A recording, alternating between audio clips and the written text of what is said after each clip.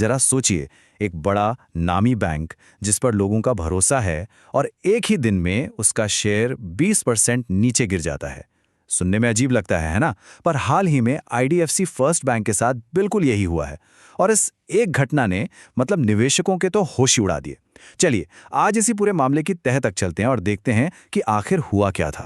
तो कहानी शुरू होती है सोमवार 23 फरवरी 2026 से। सुबह सुबह बाजार खुलता है और अचानक आईडीएफसी फर्स्ट बैंक के शेयरों में जैसे भूचाल आ जाता है।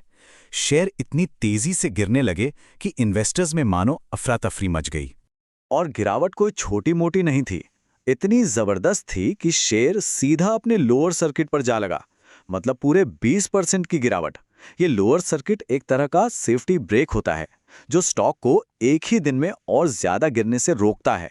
लेकिन सोचिए, इस ब्रेक तक पहुंचने की नौबत आ जाना, ये अपने आप में ही एक बहुत बड़ी खतरे की घंटी थी।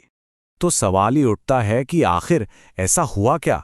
मतलब ऐसी कौन सी खबर आ गई कि मार्केट में इतनी दहशत फैल गई? इस जबरदस्त गिरावट के पीछे की असली वजह क्या थी? इसका जवाब सिर्फ एक शब्द में है, फ्रॉड।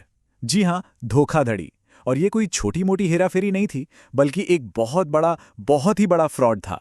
और रकम सुनेंगे तो शायद और भी हैरान हो जाएंगे। पूरे 590 करोड़ रुपए। सोचिए, 590 करोड़। बैंक ने जब खुद इस धोखाधड़ी का खुलासा किया तो बस यही वो खबर थी जिसने स्टॉक मार्केट में सुनामी ला दी। तो सवाल है कि ये धोखाधड़ी आखिर थी कैसी? देखिए, आसान भाषा में समझें तो हुआ ये कि बैंक के ही कुछ कर्मचारियों पर ये इल्ज़ाम है कि उन्होंने हरियाणा सरकार के जो अकाउंट्स थे बैंक में, उनसे बिना किसी इजाज़त के पैसे निकाल लिए। इसी को टेक्निकल भाषा में अनऑथराइज्ड ट्रांजैक्शंस या अनधिकृत लेन देन कहते हैं। और ये सारा खेल बैंक की चंडीगढ़ ब्रांच में हुआ। अब अगला बड़ा सवाल ये है कि भाई इतना बड़ा घोटाला, इसका पता चला कैसे? मतलब ये पूरी स्कीम सामने आई कैसे? चलिए अब इस पूरी कहानी की घटनाक्रम को एक एक करके समझते हैं।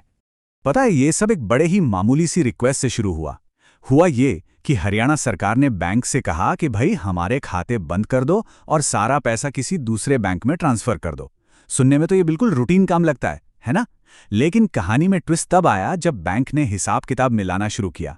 अचानक उन्हें दिखा कि बैंक के रिकॉर्ड्स और सरकार के जो आंकड़े हैं उनमें तो जमीन आसमान का फर्क है।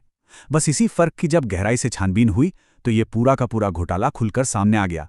अब देखिए, जैसे ही ये खबर बाहर आई, बैंक फौरन डैमेज कंट्रोल में लग गया। उन्होंने तुरंत एक बयान जारी किया और साफ साफ कहा कि देखिए, ये जो भी गड़बड़ी हुई है वो सिर्फ और सिर्फ चंडीगढ़ ब्रांच के कुछ सरकारी खातों तक ही सीमित है। ब्रांच के किसी भी और कस्टमर को, किसी भी आम इंसान को घबराने की बिल्कुल जरूरत नहीं है। फ्रॉड का पता चलते ही बैंक पूरी तरह से एक्शन मोड में आ गया। तो चलिए अब देखते हैं कि उन्होंने इस मामले में क्या क्या सख्त कदम उठाए। बैंक ने स्टॉक एक्सचेंज को जो ऑफिशियल जानकारी दी, उसमें एक बहुत ही सख्त बयान था।